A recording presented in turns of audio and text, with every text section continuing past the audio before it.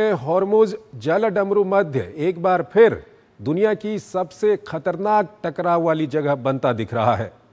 America और Iran के बीच जवाबी हमलों का सिलसिला तेज हो गया है, जिससे पूरे पश्चिम एशिया में तनाव बढ़ गया है। इसका असर अब वैश्विक तेल बाजार और समुद्री व्यापार पर भी साफ दिखाई देने लगा है। आखिर ताज़ा हालात क्या है और क्यों बढ़ रही है दुनिया की चिंता, ये रिपोर्ट देखिए और फिर इस पर अपने विशेषज्ञ मेहमान से हम चर्चा करेंगे।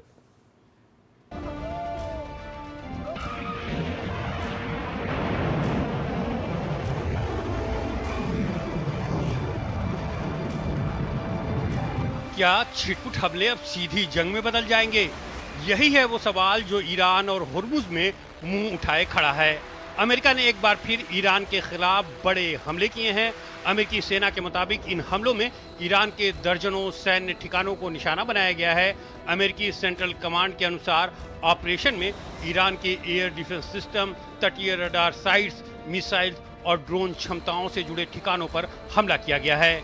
अमेरिका ने पहली बार वन वे अटैक सी ड्रोन के इस्तेमाल का भी दावा किया है। अमेरिका का कहना है कि ये कार्रवाई ईरान की ओर से होर्मुज जलडमरू मध्य में वाणिज्यिक जहाजों को निशाना बनाए जाने के जवाब में की गई है। जवाब में ईरान ने भी अमेरिकी ठिकानों पर हमले का दावा किया है। इसमें बहरीन, कुवैत और जॉर्डन में मौजूद अमेरिकी सैन्य ठिकानों को निशाना बनाया गया। ईरान ने ओमान में अमेरिकी रडार सिस्टम पर हमले की बात भी कही है। ईरानी विदेश मंत्रालय ने कहा है कि ईरान की कार्रवाई केवल उन अमेरिकी ठिकानों के खिलाफ है जिनका इस्तेमाल उसके खिलाफ हमलों के लिए किया जा रहा है। ईरान ने स्पष्ट किया है कि वो अपनी सुरक्षा के लिए जवाब देता रहेगा। इस बीच ईरान के दक्षिणी इलाके में नए धमाकों की खबरें आई हैं। ईरानी मीडिया के मुताबिक बंदर अब्बास और केशम द्वीप के पास धमाकों की आवाज सुनी गई है। हालांकि अभी तक किसी नागरिक के हताहत होने की खबर नहीं है। उधर होर्मुज स्ट्रेट पर तनाव का असर साफ दिख रहा है। शिप ट्रैकिंग डाटा के मुताबिक रविवार शाम के बाद से इस रास्ते से कोई भी वाणिज्यिक जहाज नहीं गुजरा है। शनिवार को जहां 21 जहाजों ने रास्ता पार किया था, वहीं रविवार को ये संख्या घटकर 8 रह गई। उधर कूटनीतिक मोर्चे पर भी गतिरोध जारी है। चीन और यूरोपीय संघ ने होर्मुज में सुरक्षित नौवहन बहाल करने की अपील की है। यूरोपीय संघ खाड़ी देशों के साथ सुरक्षा स्थिति पर बातचीत की तैयारी कर रहा है। वहीं संकट का असर तेल बाजार पर भी पड़ा है। बढ़ते तनाव के बीच ब्रेंट क्रूड की कीमतों में करीब 5% की तेजी आई है और ये $79 प्रति बैरल के पार पहुंच गया है। अब नजर इस बात पर है कि होर्मुज स्ट्रेट में ये तनाव किस ओर और कितना बढ़ता है। और इस खबर पर ज्यादा बातचीत के लिए हमारे साथ जुड़ रहे हैं मेजर जनरल रिटायर्ड ध्रुव सी कटोच, विदेशी और सामरिक मामलों के जानकार हैं। उनसे हम बातचीत करेंगे। कटोच साहब, बहुत बहुत स्वागत है आपका हमारे इस कार्यक्रम में। कटोच साहब, पहला सवाल यही है कि ऐसे हालात अचानक पिछले एक हफ्ते से हम देखें तो क्यों हॉर्मुज या यूं कहें कि ईरान और अमेरिका के बीच में बन गए? धन्यवाद जोशी जी। देखिए, मुझे लगता है ये कुछ दिन और इस प्रकार का प्रॉब्लम चलेगा, क्योंकि ईरान जो है वो चाहता है कि हॉर्मुज स्ट्रेट के ऊपर उसका कंट्रोल रहे और अमेरिका और बाकी विश्व के जितने भी देश हैं, खास करके अरब देश हैं, वो नहीं चाहते हैं कि हॉर्मुज स्ट्रेट के ऊपर ईरान का कंट्रोल हो। बात मुझे लगता है सिर्फ यहीं पर ही अटकी हुई है और मुझे नहीं लगता है कि किसी भी हालत में अमेरिका इस बात को अपने हाथ से जाने देगा, क्योंकि एक तरफ से अगर ये उसके हाथ से निकल गया और हॉर्मुज स्ट्रेट के ऊपर ईरान ने अपना कंट्रोल रख लिया, तब देखिए जितने भी बाकी दुनिया में चोक पॉइंट्स हैं वो देश वहां पर बोलेंगे कि हम भी अपना इधर टोल लगाएंगे। तो ये जो हम भारत भी कहता जा रहा है फ्री एंड ओपन नेविगेशन, वो तो फिर बंद हो जाएगा और जो समुद्री रास्ते से जो भी हम तेल या गैस या बाकी गुड्स भेज रहे हैं उसकी कीमतें बहुत ज़्यादा बढ़ जाएंगी। तो ये मुझे लगता है कि इस प्रकार की स्थिति थोड़े दिन और चलेगी। लेकिन मैं एक पॉइंट और देना चाहता हूं जोशी जी। मुझे लगता है यहाँ पर ईरान ने बहुत बड़ी गलती कर ली है और मैं अपना कारण ये बताता हूं। देखिए, जब समझौता हुआ था तो दुनिया की नजर में ऐसा लग रहा था कि ईरान की एक बहुत बड़ी जीत हुई है। बेशक उन्होंने बहुत मार खाई, लेकिन अमेरिका को टेबल पर ले आया और समझौता अमेरिका को करने पड़ा। तो अगर आप देखोगे जो नैरेटिव चल रही थी, अमेरिका की हार हुई और ईरान की जीत हुई। अब जाके जो नैरेटिव है वो बदल जाएगी। अब नैरेटिव सिर्फ इतनी है कि ईरान जो है वो हॉर्मूज को बंद करना चाहता है, जिससे पूरी दुनिया को नुकसान होगा, और अमेरिका इसको खोलना चाहता है। तो ईरान जो है वो एक तरफ से बाकी विश्व के जो सोच विचार है उससे अलग हो गया है। भारत जैसे देश नहीं चाहते हैं कि ये बंद रहे, अरब देश भी नहीं चाहते ये बंद रहे। तो मुझे लगता है यहाँ पर जो भी ईरान की तरफ से जो उनके IRGC है, जो आयतुल्ला है, बाकी जो भी इनके इस समय पर जो डील कर रहे हैं, मुझे लगता है वो गलती कर रहे हैं। लॉन्ग टर्म पर अभी उनका नुकसान होने वाला है। पहले मैं समझता हूँ उनकी जीत थी, अब मुझे लगता है वो हार की तरफ देख रहे हैं। सर, इसको आप किस तरह से एक्सप्लेन करेंगे? जैसे हॉर्मुज की अगर हम बात करें, वो एक इंटरनेशनल वाटरवे है। क्या ईरान या किसी भी देश को ये हक है कि वो उसके ऊपर किसी तरह का नियंत्रण करे, वहां पर आवाजाही को रोके? क्या ऐसा कर सकता है क्या ईरान?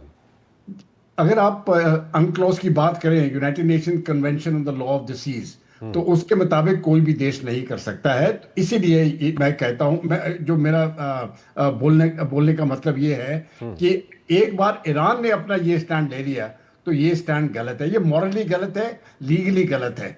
इसलिए जो अरब कंट्रीज हैं वो तो इसको बिल्कुल सपोर्ट नहीं करेंगे, और जो यहाँ पर जो डिपेंडेंसी है जिन लोगों की, वो भी इसको सपोर्ट नहीं कर सकते हैं। लेकिन एक चीज और भी आने वाली है, लेकिन इमीडिएट नहीं है। अगर आप थोड़ा सा लॉन्ग टर्म देखें तो दुनिया भी, दो चीजें चाहिए आपको एक मेंटेनेंस रूट के लिए। एक सस्ता होना चाहिए, लेकिन अब दूसरा शब्द भी आ गया है, ट्रस्टवर्दी होना चाहिए, रिलायबल होना चाहिए। अब क्योंकि हॉर्मूज की रिलायबिलिटी कम होती जा रही है और बाद में भी इस प्रकार के हादसे हो सकते हैं, तो ऑल्टरनेट रूट्स डेवलप हो जाएंगे, और जैसे ही ऑल्टरनेट रूट्स डेवलप हो गए तो ईरान वहां पर भी मार खा जाएगा। तो मुझे लगता है कि सोच में अगर थोड़ी सी थोड़े अगर समझ के अगर बात करें वो, या सोच विचार करें, तो उनको इस समय पर समझौता कर लेना चाहिए और कहना चाहिए कि ठीक है, स्ट्रेट ऑफ हॉर्मुज खोला है, लेकिन हमारी बाकी बातें मांगो। नहीं तो जो उनका इस समय पर जो कब्जा है स्ट्रेट ऑफ हॉर्मुज का, वो दिन ब दिन कमजोर होता जाएगा और बाद में उनको हार मानना ही पड़ेगी। सर, यहाँ पर एक चीज़ ये भी समझना चाहेंगे कि एक तो ये आपने साफ कर दिया कि अंतर्राष्ट्रीय कानूनों के हिसाब से ईरान को कोई हक नहीं है कि वो हॉर्मुज के ऊपर किसी तरह का कोई नियंत्रण करे या आवाजाही को रेगुलेट करे। दूसरा ये है कि जो हॉर्मुज है उसका जो उत्तरी छोर है वो ईरान से लगता है, दक्षिणी छोर ओमान से लगता है, और ओमान के साथ मिलके UN ने, फ्रांस ने या दूसरे देशों ने एक कॉरिडोर बनाया है, और दक्षिणी छोर से बड़े सामान्य तरीके से वहाँ से आवाजाही जो शुरू की गई थी जहाज़ों की, ईरान उन पर भी हमले कर रहा है, उनको भी रोक रहा है। इसे आप किस तरह से देखते हैं? यही तो मैं कहता हूँ कि पहले जब उन्होंने हमला किया था कुछ जहाज़ों के ऊपर, वहां पर भी एक जहाज जिसके ऊपर हमला किया, वहां पर 10 भारतीय भी थे। अब जाके उन्होंने एक और जहाज के ऊपर हमला किया है। ये मैं समझता हूँ ये गलत है, क्योंकि ये जहाज जो है ये ओमान के रास्ते से जा रहे थे। ईरान चाहता है कि उसकी इजाजत के बगैर कोई ना जाए, और ये तो फिर मंजूर नहीं होगा किसी भी हालत में।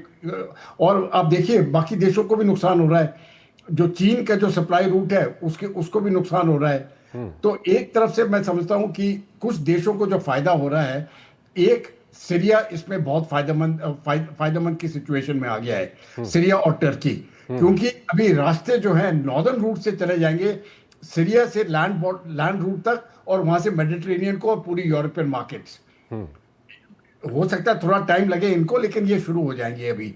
और इससे क्या होगा कि सीरिया की पोजीशन जो है वो मजबूत हो जाएगी, तुर्की की पोजीशन भी और मजबूत हो जाएगी।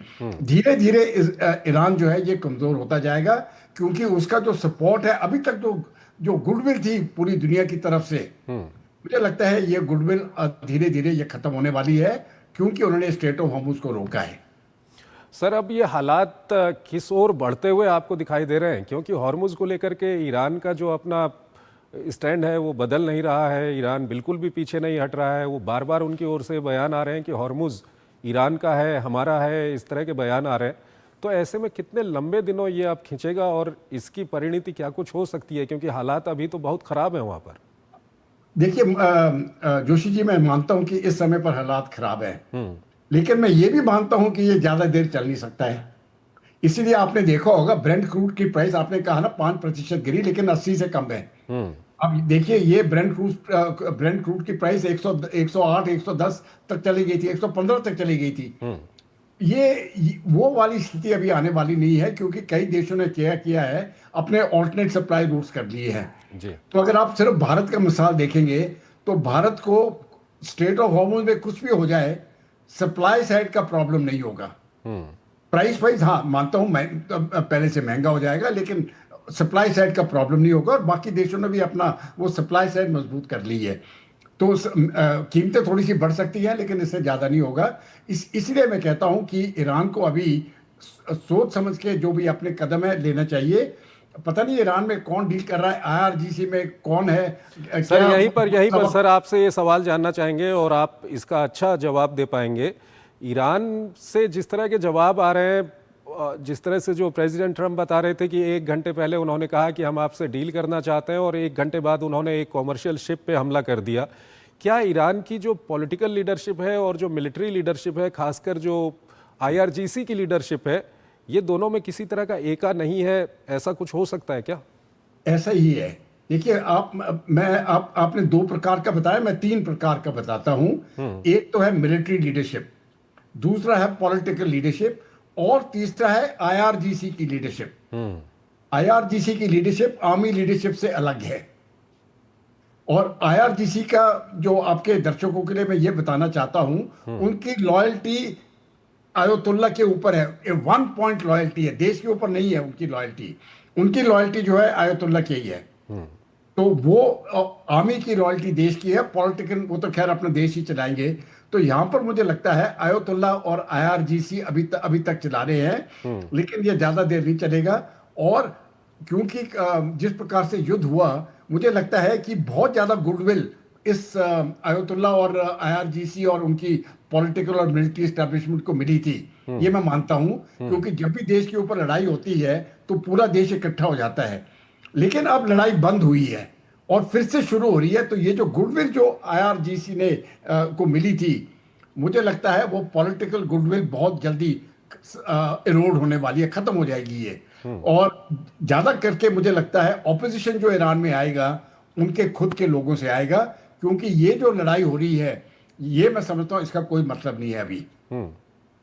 सर यहाँ पर एक सवाल ये भी उठता है कि जो ईरान के अपने बंदरगाह हैं, उनका जो इकोनॉमिक ब्लॉकेट कर रखा था अमेरिका ने, वो ब्लॉकेट तो अभी ख़त्म हो गया है। और जिस तरह के हालात बन रहे हैं, नंबर 1 तो क्या अमेरिका फिर से कोई इस तरह की कार्रवाई कर सकता है इकोनॉमिक ब्लॉकेट करने वाली? और दूसरा ये सवाल काफ़ी महत्वपूर्ण है, क्योंकि आप हॉर्मुज़ के ज़रिए आप कई सारे जो खाड़ी के देश हैं उनका तेल बेचना तो बंद कर रहे हो, लेकिन आपके पोर्ट से जो हॉर्मुज़ के पेरिफेरा से बाहर आते हैं, वहाँ से तो तेल बेच रहा है ईरान लगातार। ये मुझे लगता है ईरान के तेल के ऊपर भी अभी कंट्रोल आ जाएगा। बेशक उस प्रकार का ब्लॉकेड ना लगे जैसे पहले लगा था, लेकिन मुझे लगता है ईरान के तेल के ऊपर कंट्रोल आ जाएगा। और जो बाकी जो खाड़ी के देश हैं, जो बाकी अरब कंट्रीज हैं, आप देखिए उनके सप्लाई लाइंस जो है वो सीरिया के थ्रू मेडिटेरेनियन सी को चले जाएंगे, नॉर्थ का रास्ता। और वहां से अगर नीचे भी आना है तो 6000 किलोमीटर मैं मानता हूँ ज्यादा हो जाएगा, क्योंकि वो रेड सी के रास्ते पे आके फिर से भारत और चीन की तरफ से जा सकते हैं मलाक्का स्ट्रेट के ऊपर। तो केप ऑफ गुड होप के ऊपर फिर भी जाने की आवश्यकता नहीं है, लेकिन मेडिटेरेनियन रूट उनका बिल्कुल साफ हो जाएगा। तो जो यूरोप की तरफ को जो सप्लाई लाइन जारी है, वो तो ऑयल पाइपलाइन से सीरिया के थ्रू वो सीधा जा सकती है। तो इसलिए मैंने कहा जो सीरिया की जो अहमियत है अभी वो बहुत बढ़ गई है। और इसीलिए आपने देखा होगा प्रेसिडेंट ट्रंप ने स्टेटमेंट भी दिया है अल शरा को कि ठीक है, इसको हम जो भी सैंक्शन वगैरह सब निकाल देंगे। और प्रेसिडेंट ट्रंप ये कह रहे हैं, एक इसको पहले तो टेररिस्ट मानते थे, अब बोलते हैं कि ये बहुत अच्छा लीडर है। तो दुनिया का रवैया भी अभी बदल रहा है। और अल शरा जो सीरिया की जो हुकूमत है इस समय पर, वो ईरान के विरुद्ध है। तो मैं समझता हूं कि ये काफी टर्मोइल होगी, लेकिन जिस प्रकार से पहले हुई थी उस प्रकार की स्थिति मैं नहीं समझता हूं वापस आने वाली है। ठीक है, कटो साहब, बहुत बहुत शुक्रिया आपका इस पर बात करने के लिए और अपना महत्वपूर्ण विश्लेषण हमारे दर्शकों के साथ साझा करने के लिए। एक छोटा सा ब्रेक लेते हैं, ब्रेक के उस पार एक और महत्वपूर्ण खबर।